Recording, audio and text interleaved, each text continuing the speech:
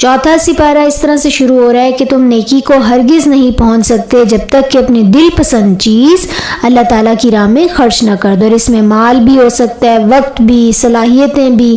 اس کے بعد اللہ تعالیٰ حج کا حکم اور فرضیت کے بارے میں بات کریں، اور یہ کہ اللہ تعالیٰ سے ڈرو جیسا کہ اللہ سے ڈرنے کا حق ہے، یہ کہ اللہ تعالیٰ ہمیں ہر وقت دیکھ رہے ہیں، ہر آن دیکھ رہے ہیں، وہ حاضر اور ناظر ہیں۔ اور یہ اللہ کی رسی کو مضبوطی سے پکڑ لو، اور اللہ کی رسی کیا ہے آپ صلی اللہ علیہ وسلم نے بتا دیا، حبل اللہ القرآن، قرآن پاک ہی اللہ تعالیٰ کی رسی ہے۔ ساری دنیا کے مسلمان اسی کتاب کی وجہ سے ایک دوسرے سے جڑے ہیں، اور پھر اللہ تعالیٰ ہمیں بتا رہے ہیں امت مسلمہ کو کہ تم وہ بہترین گروہ ہو جسے اسی لیے پیدا کیا گیا کہ لوگوں کی ہدایت اور اصلاح کی جا سکے۔ میری زندگی کا مقصد تیرے دین کی سرفرازی، میں اسی لیے مسلمان، میں اسی لیے نمازی۔ امر بالمعروف اور نہی عن المنکر کی تلقین کی گئی ہے، اور ہمیں بتایا جا رہا ہے ایمان والوں کو کہ اہل کتاب سے بچ کر رہیں کہ یہ کسی طرح سے بھی ہمارے مخلص نہیں ہو سکتے، ان سے کسی بھی قسم کی خیر کی امید نہیں لگانی۔ اس کے بعد غزوہ احد پر تبصرہ ہے کہ مال کی محبت میں گرفتار ہوئے اور پھر کس طرح سے شکست ہوئی، مشکلات کا سامنا کرنا پڑا، اور اپنے امیر کا حکم جو ہے وہ نہیں مانا تو پھر پے در پے رنج جو ہے وہ ملے۔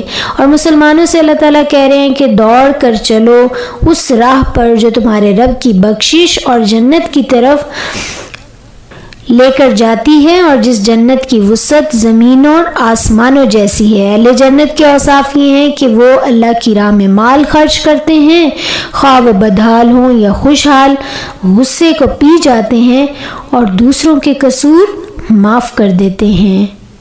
ہم بظاہر تو معاف کر دیتے ہیں لیکن بات جو ہے وہ ہم دل میں رکھ لیتے ہیں۔ اللہ ہمیں معاف فرما دے اور ہمیں ہدایت دے۔ محمد صلی اللہ علیہ وسلم اللہ تعالیٰ کے رسول ہیں۔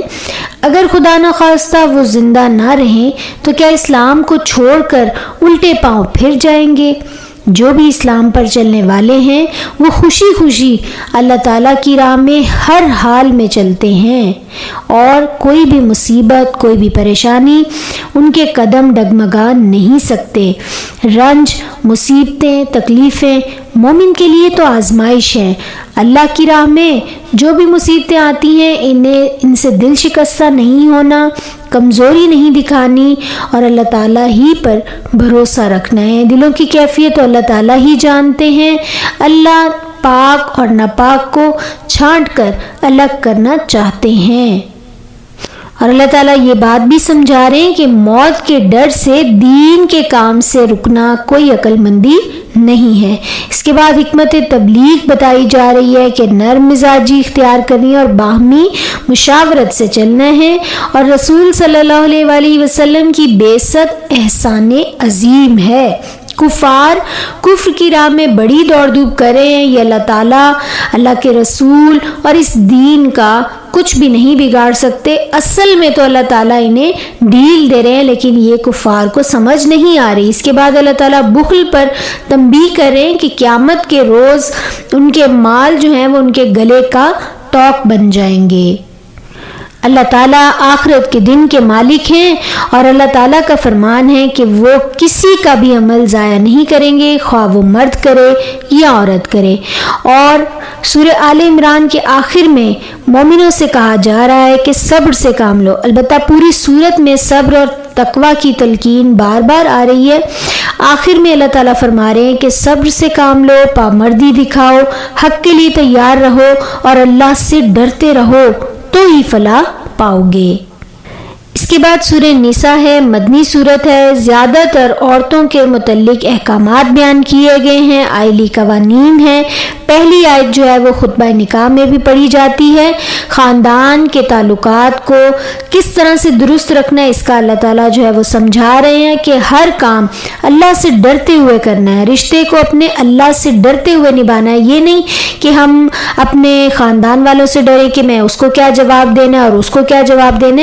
ہر آن اللہ تعالیٰ چونکہ ہم پر نگہبان ہے، اسی لیے ہر رشتے کو احسن طریقے سے نبھانا ہے۔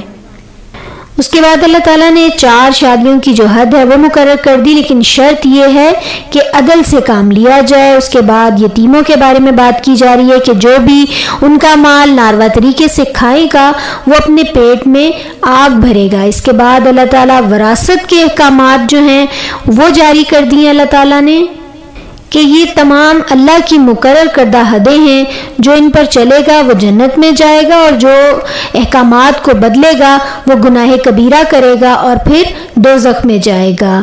اللہ پر بندوں کی توبہ کا حق جو ہے وہ اللہ نے بتایا ہے کہ جب بندے اللہ کے حضور توبہ کرتے ہیں، شرمندہ ہوتے ہیں، تو اللہ تعالیٰ کا یہ حق ہے کہ اللہ ان کو معاف فرما دیتے ہیں۔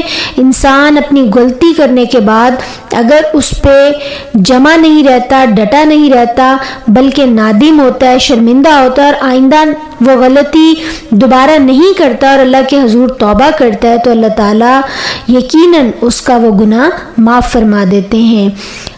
سچے دل سے اللہ کی طرف آئیں، اللہ سے توفیق مانگنی چاہیے کہ اللہ تعالیٰ ہمیں برائیوں سے جو ہے وہ بچا لے۔ پارے کے آخر میں اللہ تعالیٰ محرم رشتوں کی فہرست بتا رہے ہیں جن سے نکاح نہیں ہو سکتا۔